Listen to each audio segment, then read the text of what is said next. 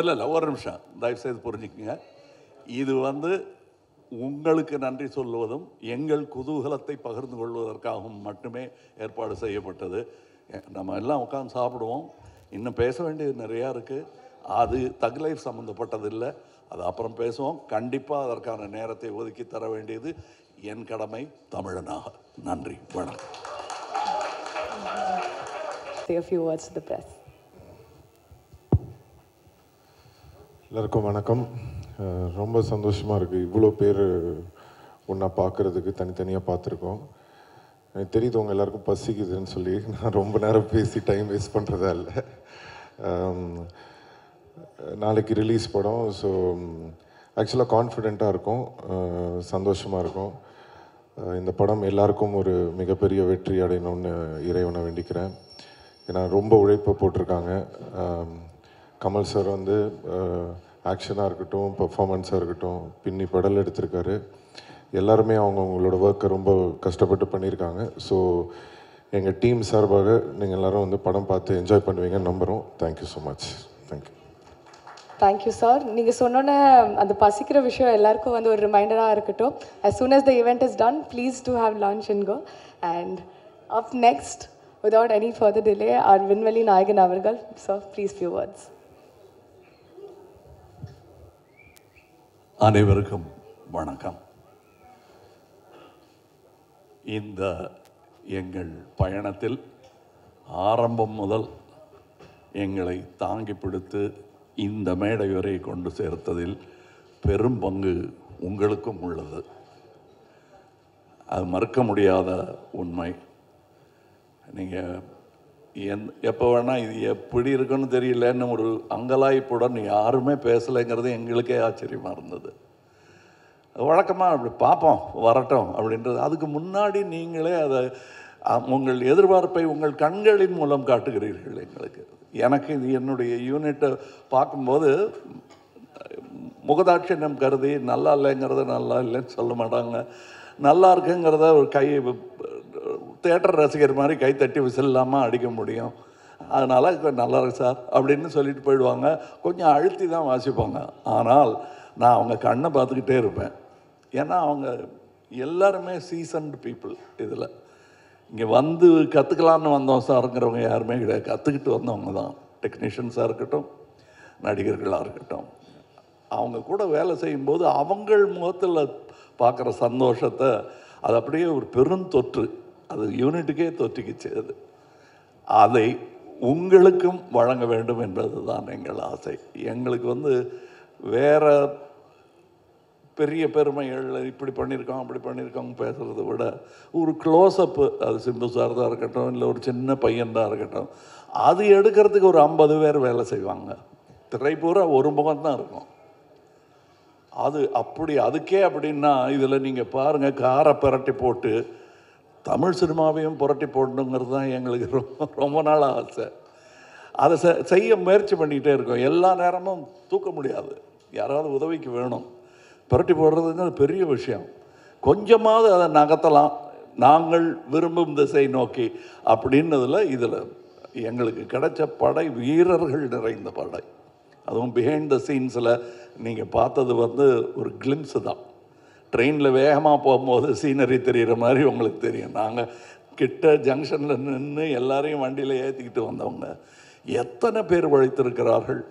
International தரத்தில் இருக்கும் எங்கள் டெக்னீஷியன்ஸ். நிஜமாகவே வெளிநாட்டிலேருந்து வேலை செஞ்சவங்க, இங்கேருந்து வேலை செஞ்சவங்க வெளிநாட்டுக்காரங்க பாராட்டுற அளவுக்கு வேலை செஞ்சுருக்காங்கங்கிறது தான் என்னுடைய தாழ்மையான கருத்து. உதாரணம், மணிரத்னம் சாரை பற்றி சொல்ல வேண்டாம். மணிரத்னம் ஃபிலிம் அப்படின்னு போட்டுக்கொள்வதற்கான எல்லா தகுதியும் கிட்டத்தட்ட 40 வருஷத்துக்கு முன்னாடியே அவர் பெற்றுட்டார். இது இட்ஸ் அ மணிரத்னம் ஃபிலிம்.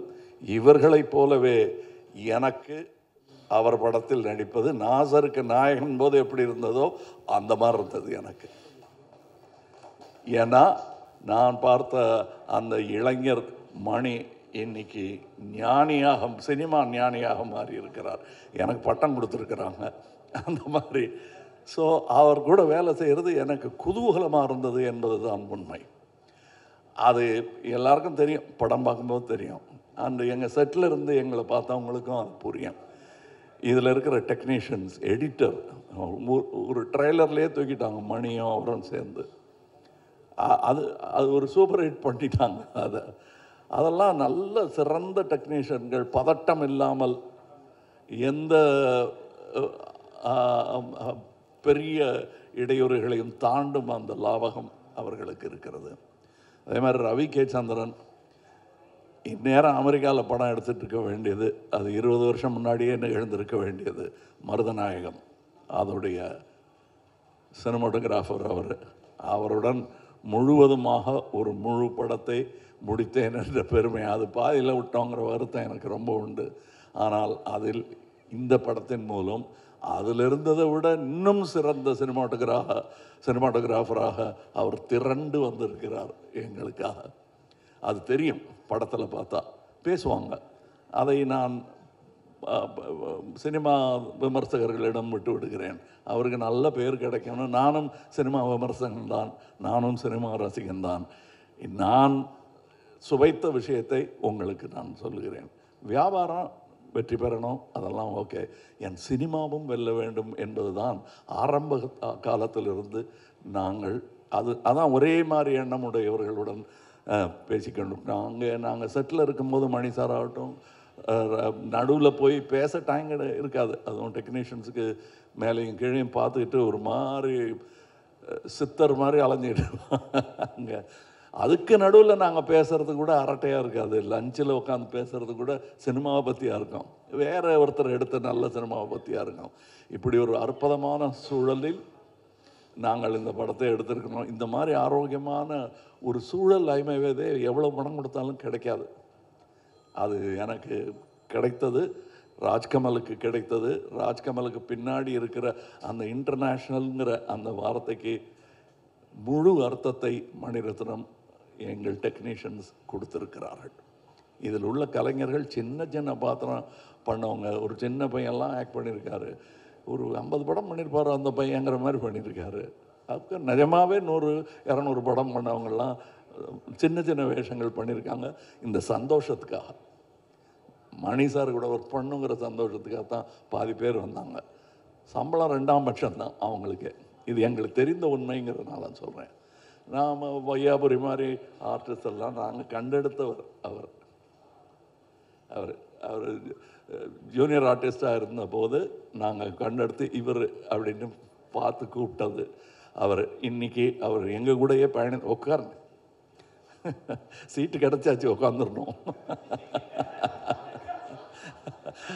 அது ரொம்ப கஷ்டம். அந்த நிலையிலேருந்து வந்த அவருக்கு தான் தெரியும். இன்னைக்கு இங்கே ஜோஜோ இல்லை, இப்போ இந்த முன் வரிசையில் அமர்ந்திருக்கிற எல்லாருமே என் நண்பர்கள் தான். அவங்களுக்கு இந்த வாய்ப்பு கிடைச்சது எனக்கு பெருமையாக இருக்குது. நீங்கள் படம் பார்த்துட்டு இவங்களெல்லாம் பற்றி நான் பேசுகிறேன். ஏன்னா இப்போ பேசும்போது அவர்கள் பெயரை மட்டுமே குறிப்பிட வேண்டி வரும். அவர்கள் திறமையையும் பற்றி பேசுவதற்கு இன்னொரு விழா நடக்கத்தான் போகிறது என்று எனக்கு தோன்றுகிறது. அந்த விழாவில் உங்களுடன் பேசுகிறேன். மற்றபடி எனக்கு உறுதுணையாக இருந்த தமிழ்நாட்டிற்கே நன்றி சொல்ல வேண்டும்.